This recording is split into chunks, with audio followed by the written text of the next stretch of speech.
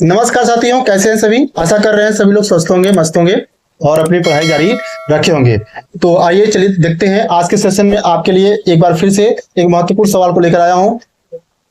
चलिए देखते हैं वो महत्वपूर्ण सवाल क्या है। आप लोग जो है कि ऐसे सवालों का अभ्यास करें और अपने एग्जाम में आए तो उसको जो है कि यहां से बताए गए तरीकों को अप्लाई करें। इसमें दे रखा है कि दो समरूप त्रिभुजों की दो संगत भुजाओं की लंबाइयों का अनुपात 2:1 है, यानी 2:1 है।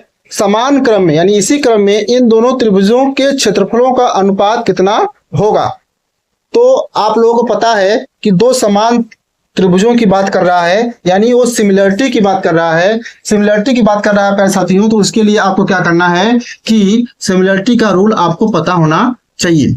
सिमिलरिटी का रूल आपको क्या होना चाहिए, पता होना चाहिए। यह दो त्रिभुज हैं, ए बी सी करके हैं और इसको मान लेते हैं पी और क्यू आर। ठीक है। सिमिलरिटी का रूल कहता है कि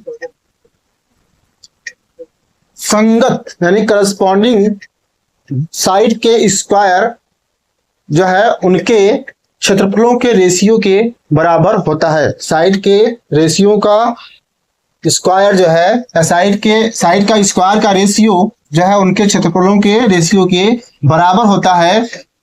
तो यहां से मान आप निकालेंगे तो यानी कि हम कह सकते हैं कि ए बी का होल स्क्वायर बटे इसके संगत यह होगा, तो पी क्यू का स्क्वायर और इसका इन दोनों के क्षेत्रफलों, इनका क्षेत्रफल कितना हो जाएगा, हम कहेंगे एरिया ए बी सी त्रिभुज,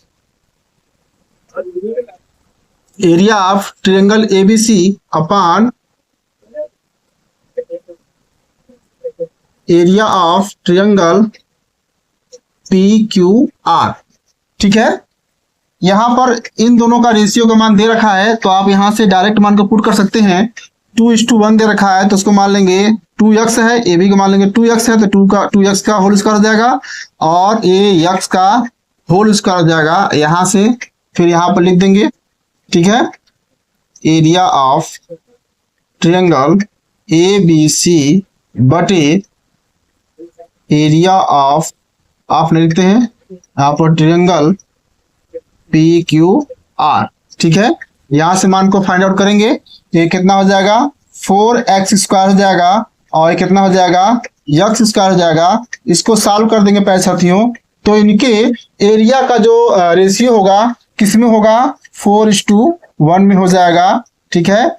यह ट्रायंगल ए बी सी का जो है एरिया था और यह ट्रायंगल पी क्यू आर का जो है एरिया है। ठीक है। तो क्या मान हो जाएगा 4:1। इसमें देख लेंगे 4:1 यानी कि डी ऑप्शन इसका क्या हो जाएगा, सही हो जाएगा। और ऐसे ही प्रश्नों को जो है कि आपको लगाने के लिए आपका कॉन्सेप्ट क्लियर होना चाहिए, कॉन्सेप्ट आपको पता होना चाहिए। ठीक है। इन्हीं तो प्यारे साथियों नेक्स्ट क्वेश्चन में कहता है कि भुजा यक्ष वाले समबाहु त्रिभुज के क्षेत्रफल और भुजा यक्ष वाले वर्ग के क्षेत्रफल का अनुपात ज्ञात कीजिए। यह बेहद इंपॉर्टेंट सवाल है। इसी को देख करके आप समझ सकते हैं कि आरआरबी एनटीपीसी 25 से 2021 शिफ्ट सेकेंड में स्टेज फर्स्ट में पूछा जा चुका है। बेहद इंपॉर्टेंट है। बस आपको देखिए ज्योमेट्री में क्या है कि आपके पास फार्मूला पता होना चाहिए। विदाउट फार्मूला को तो ज्योमेट्री में आप एक कदम भी नहीं बढ़ सकते हैं। ठीक है। यहाँ कॉन्सेप्ट भी पता होना चाहिए और साथ में इंपॉर्टेंट है फार्मूला क्या पता होना चाहिए। तो इसमें दे रखा है कि यक्ष जो है भुजा वाले समबाहु त्रिभुज के क्षेत्रफल और यक्ष भुजा वाले वर्ग के क्षेत्रफल का रेशियो निकालना है। तो हमको पता होना चाहिए कि समबाहु त्रिभुज का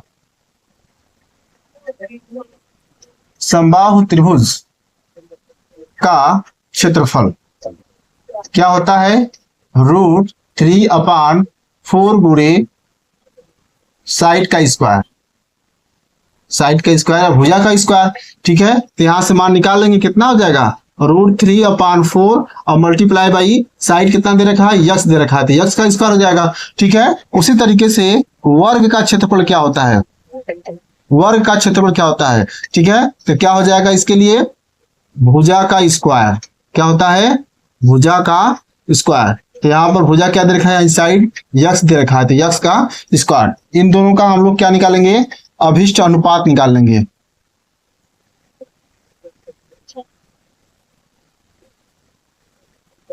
अनुपात निकालेंगे, कितना हो जाएगा, √3/4 यक्स स्क्वायर अपान, अनुपात का मतलब होता ही अपान यक्स स्क्वायर, यहां से यक्स स्क्वायर कैंसिल हो जाएगा और कितना हो जाएगा, √3:4।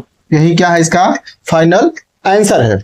ठीक है, किस ऑप्शन में दे रखा है, तो ऑप्शन नंबर जो है ए दे रखा है।